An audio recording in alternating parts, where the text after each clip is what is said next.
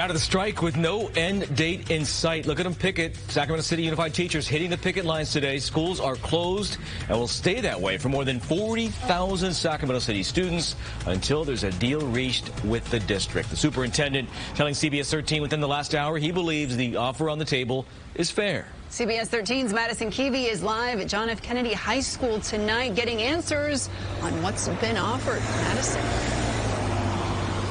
Right, so this is a strike without an end date, at least until an agreement is reached. The superintendent told me here within the last hour that he's hopeful that they'll be back at the negotiation table at some point today and into tonight. But in the meantime, parents are just getting ready for day 2 of a strike tomorrow. No school because of a teacher strike, but there's still a lesson. There's at least one unique learning opportunity in the day, no matter what that is, just to get them out and doing something. Justin McCoy is a Sac City Schools parent and the husband to a teacher.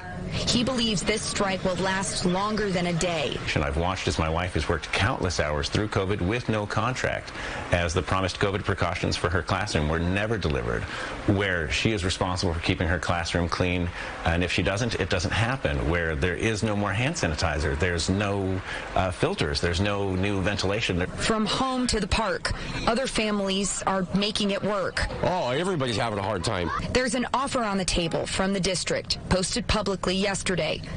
A closer look, it includes an ongoing 2% salary increase starting in the 2021 to 2022 school year.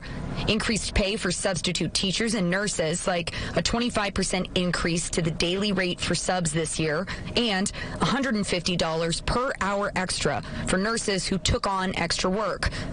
Benefits are paid 100% of health coverage through Kaiser. 80% of those covered differences between Kaiser and Health Net, and $3,000 in lieu of receiving coverage. Within the last hour, I spoke to the superintendent, Jorge Aguilar, on this very proposal. We're trying to get into a habit and a place of always making sure that we respect that one-time funds should not be used for ongoing expenditures. Now, we talked about one-time funds because this is one of those things that union leaders have expressed to us over the last few weeks, that they believe one-time funds, like from the COVID over the pandemic, could be used to kind of fill in the blanks on some of these staffing shortages. And of course, as you just heard the superintendent say, that's just not something the district is going to do because it doesn't, he says, set them up for success in the future when it comes to the budget.